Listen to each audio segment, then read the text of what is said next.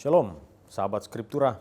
Dalam video seri Renungan Skriptura kali ini kita akan membahas bersama bacaan dari 1 Tawarikh pasalnya yang ke-16 ayat 8 sampai dengan ayatnya yang ke-13.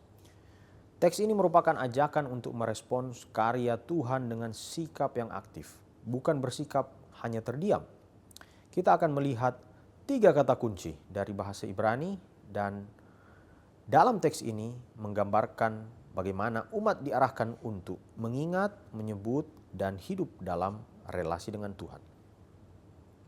Kata kunci yang pertama adalah kata yadha. Kata yadha artinya mengucap syukur atau mengakui dengan terbuka. Kata ini muncul di ayatnya yang ke-8. Kata yadha bukan sekedar perasaan di dalam hati tetapi pengakuan yang diungkapkan keluar.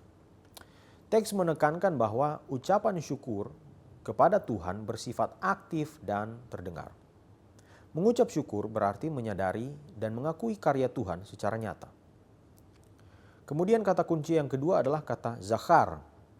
Zakhar artinya mengingat. Kata ini muncul dalam ajakan untuk mengingat perbuatan-perbuatan Tuhan.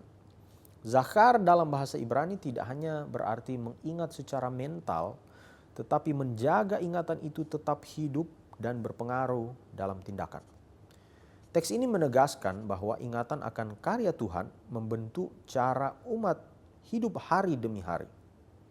Kata kunci yang ketiga adalah kata darash. Darash artinya mencari dengan sungguh-sungguh. Di ayat 11 umat diajak untuk mencari Tuhan dan kekuatannya. Darash menunjukkan usaha yang terus-menerus, bukan pencarian sesaat. Teks ini menggambarkan relasi yang aktif di mana umat secara sadar mengarahkan diri kepada Tuhan. Refleksi berdasarkan teks melalui ketiga kata kunci ini dapat membentuk satu alur yang utuh. Umat diajak untuk yadha, bersyukur, mengakui karya Tuhan dengan ucapan syukur.